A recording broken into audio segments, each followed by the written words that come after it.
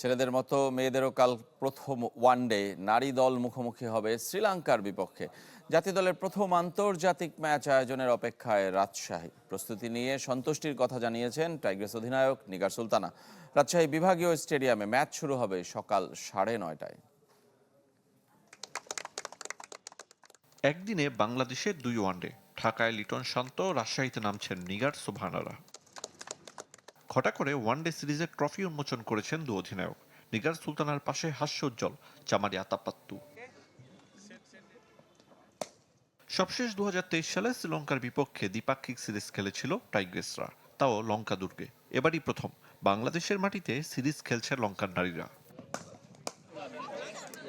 এই সিরিজ ঘিরে পিকেএসপিতে ক্যাম্প করেছিল নিগার সুলতানারা, যাকে কিনা বিশ্বকাপ প্রস্তুতির সেরা সুযোগ হিসেবে দেখছেন অধিনায়ক।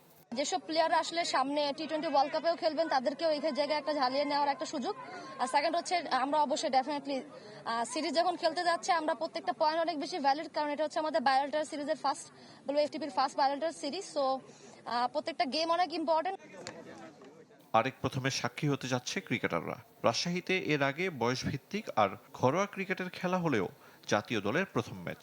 ব্যাটিং সহায়ক উইকেট অভয় দিলেও প্রচন্ড গরমের অস্বস্তি দিতে হবে ক্রিকেটারদের। উইকেট অনেক ভালো সলিড থাকে, ব্যাটিং ফ্রেন্ডলি থাকে, প্লাস হচ্ছে বলবো যে আউটফিল্ড এবার একটু বেশি মনে হচ্ছে যে কমফোর্টেবল হবে না, বাট স্টিল ওয়েদারও একটা ফ্যাক্ট থাকবে। লঙ্কান ডাগআউটে সাবেক বাংলাদেশ কোচ জেমি সিডন্স। সিরিজে সেরা ক্রিকেট খেলতে প্রত্যয়ী সফরকারী অধিনায়ক। আমাদের প্রস্তুতি অনেক ভালো। 2 ফরম্যাটের জন্য আলাদা 2 স্কোয়াড এনেছে। আশা করছি ভালো কিছু হবে। বিসিবির আতিথেয়তা দারুণ ছিল। দর্শক আগ্রহ বাড়াতে হাই স্কোরিং ম্যাচের আশা নিগার সুলতানার। আরিফুল ইসলাম, চ্যানেল 24।